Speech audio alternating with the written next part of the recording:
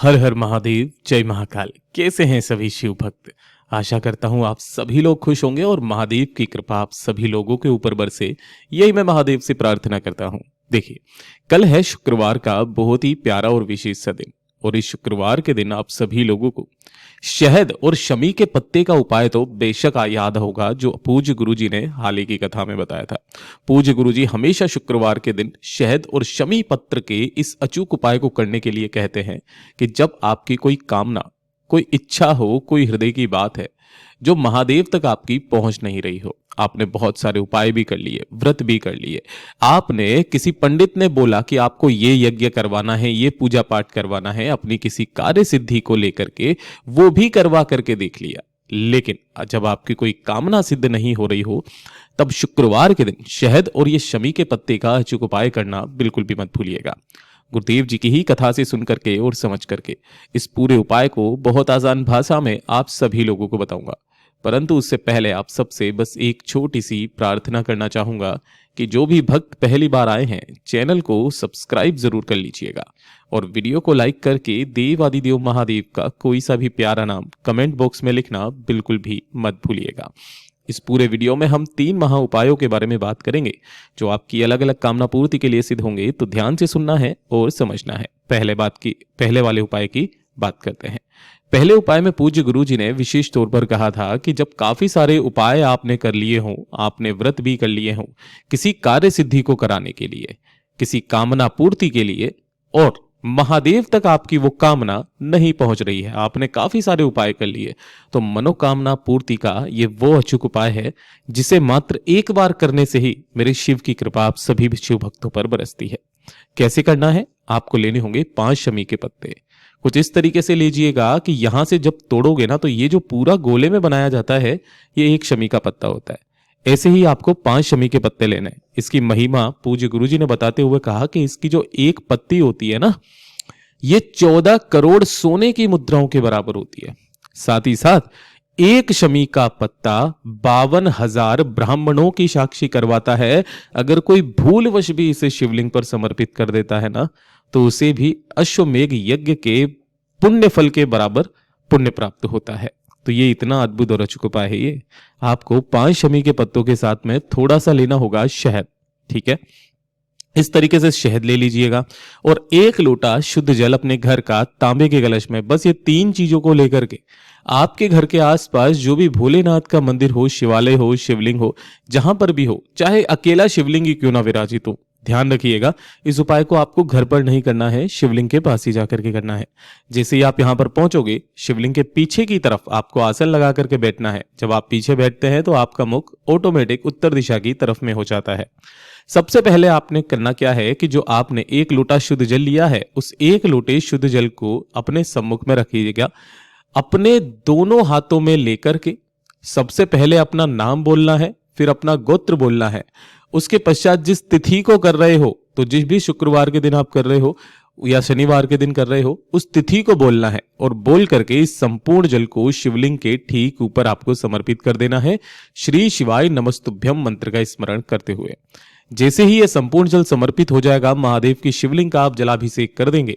उसके पश्चात जो आपने 5 शमी के पत्ते लिए हैं, उन 5 शमी के पत्तों को एक एक करके आपको इसी शहद के अंदर ही डुबो देना है। इस तरीके से आपको अच्छे से शहद उसके ऊपर लगा देना है। पहला जो शमी का पत्ता होगा, उस पहले शमी के पत्ते को भगवान गणेश जी के चरणाविंद पर अपनी कामना कह करके रख देना होगा।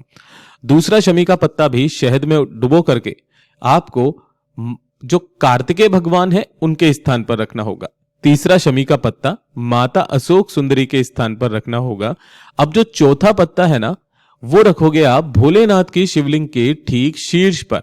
अब जो सबसे अंतिम पत्ता है, उस अंतिम पत्ते को अपना नाम, गोत्र और अपनी कामना कह करके पहले आपको उस शमी के पत्ते को माता अशोक सुंदरी के स्थान से स्पर्श कराना होगा और उसके पश्चात इसी वाले शमी के पत्ते के ऊपर ही अपनी कामना कह करके रख देना होगा।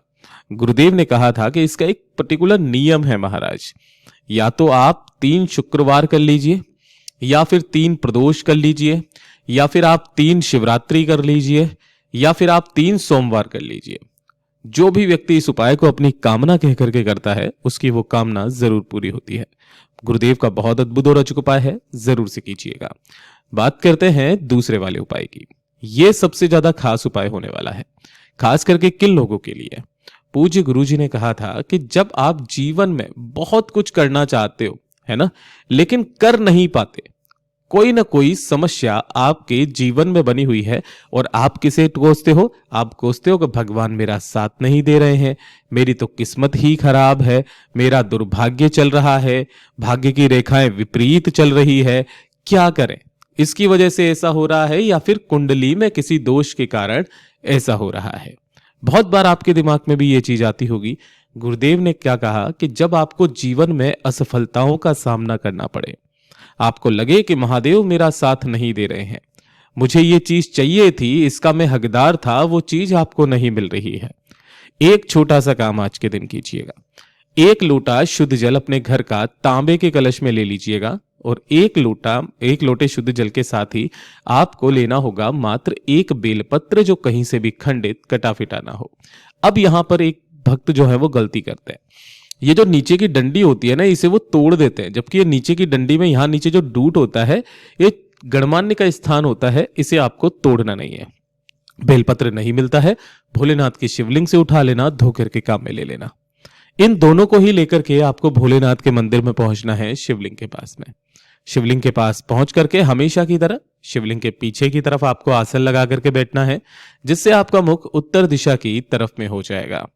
सबसे पहले अब जो आपने एक कलश लिया है ना, उस कलश को अपने सम्मुख में रखिएगा और जो एक बेलपत्र है ना, उस एक बेलपत्र को इस कलश से आपको स्पर्श करवा देना है। स्पर्श करवा करके भोलेनाथ की शिवलिंग के ठीक शीर्ष पर आपको समर्पित कर देना है, अपना नाम और गोत्र बोल करके।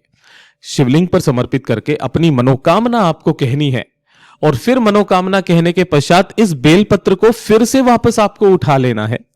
उठा करके इस कलश के अंदर आपको डुबोना है, यानी कि जो जल इस कलश के अंदर भरा हुआ है, उस जल के अंदर डुबो करके इसे वापस शिवलिंग पर नहीं, माता अशोक सुंदरी के स्थान पर ऐसे समर्पित करना कि डंडी रहे जलाधारी की तरफ और बीच वाली पत्ती का भाग रहेगा आपकी तरफ में।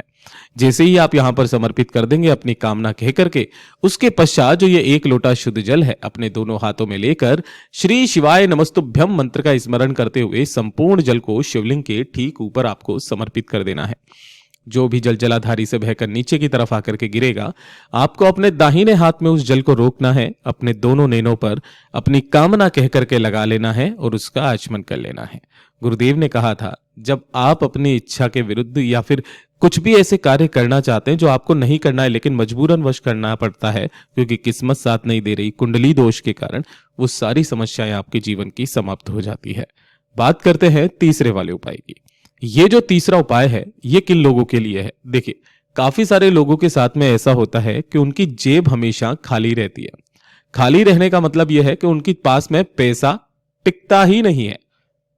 कभी कर्ज लेने की नौबत आ जाती है, कभी व्यापार अच्छा नहीं चलता है, बहुत ज्यादा ऐसी जीवन में समस्याएं आ रही है, तो उन लोगों से कहना है कि एक लोटे शुद्ध जल जो अपने घर का जल होना चाहिए और थोड़ा सा लाल चंदन आपको ले लेना है। इस तरीके से थोड़ा सा लाल चंदन, कोशिश करना ओरिजिनल चंदन मिल जाए लकड़ी की फॉर्म में ना, तो इसे आप रखा कीजिएगा।